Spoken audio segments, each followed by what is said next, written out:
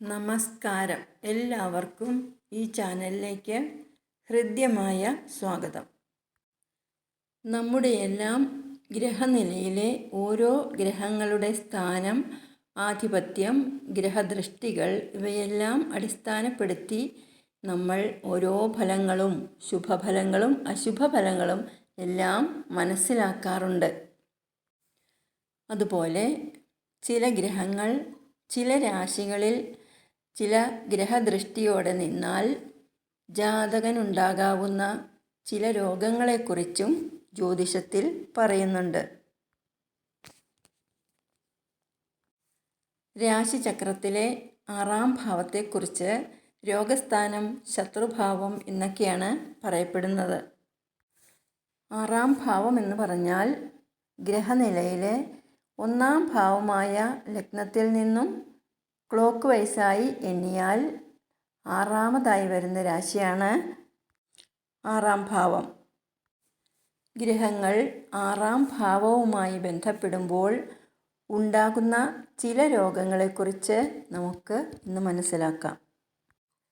6-ാം ഭാവത്തിൽ ലഗ്നാധിപൻ ശുക്രനോടുകൂടി പാപഗ്രഹദൃഷ്ടിയോടെ നിന്നാൽ ജാതകൻ ക്ഷയരോഗിയായിത്തീരുമെന്നാണ് പറയപ്പെടുന്നത്. അതുപോലെ ലഗ്നത്തിൽ ചന്ദ്രനും 2-ൽ കുജനും 7-ൽ രവിയും 12-ൽ ശനിയും നിന്നാൽ ജാതകന് കുഷ്ഠരോഗമുണ്ടാകുമെന്നാണ് ജ്യോതിഷം പറയുന്നത്.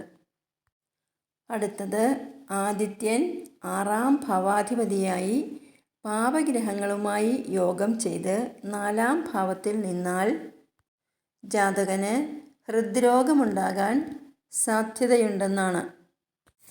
ഇനി പറയാനുള്ളത് ബലഹീനനായ ചന്ദ്രൻ ശനിയോടും സൂര്യനോടും ചേർന്ന് 6-ാം ഭാവത്തിൽ നിന്നാൽ ജാതകന് ഉദരസംബന്ധമായ രോഗങ്ങൾ വരാൻ ഇടയാകും എന്നുള്ളതാണ്. ബലഹീനനായ ചന്ദ്രൻ കുജനോട് ചേർന്ന് ശുഭഗ്രഹങ്ങളുടെ ദൃഷ്ടിയൊന്നുമില്ലാതെ 6-ാം ഭാവത്തിൽ നിന്നാൽ ജാതകൻ ഒരു മാനസിക രോഗിയായിത്തീരാൻ സാധ്യതയുണ്ടെന്നും പറയുന്നു. ഇനി അപസ്മാര രോഗത്തെക്കുറിച്ചാണ് പറയുന്നത്.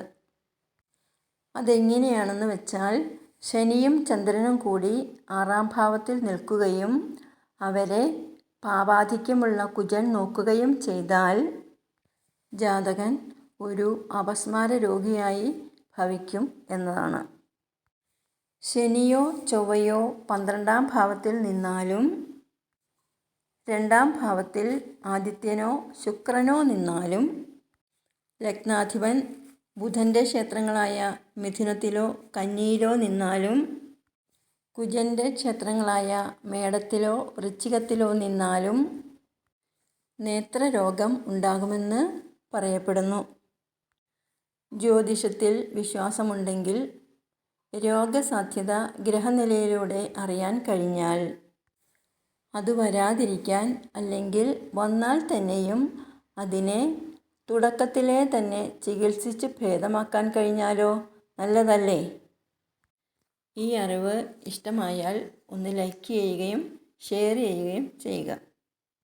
ഈ ചാനൽ ആദ്യമായി കാണുന്നവരുണ്ടെങ്കിൽ ഒന്ന് സബ്സ്ക്രൈബ് ചെയ്യുക. ഇനി അടുത്ത വീഡിയോയുമായി വരുന്നതുവരെ നന്ദി, നമസ്കാരം.